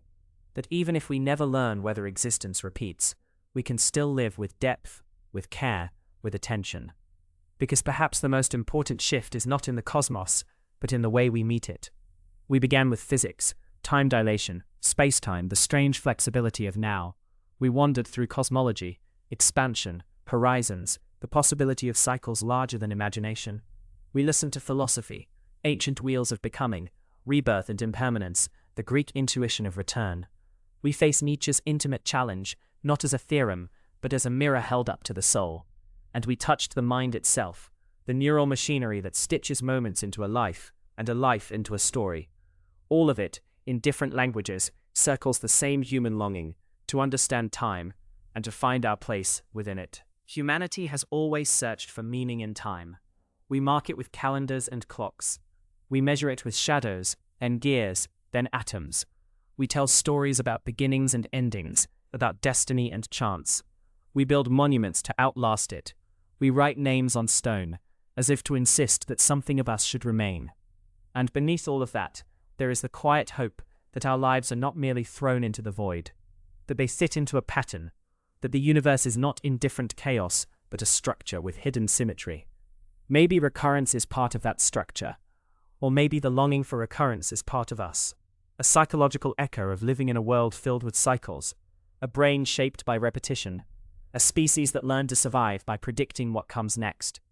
But it is also possible that the universe holds deeper patterns than we can currently see, that what looks like a one-way flow might from a wider perspective be a loop, that what feels like an ending might be a turning, that what appears to be randomness might conceal a subtle order, too delicate for our present instruments, too vast for our present minds.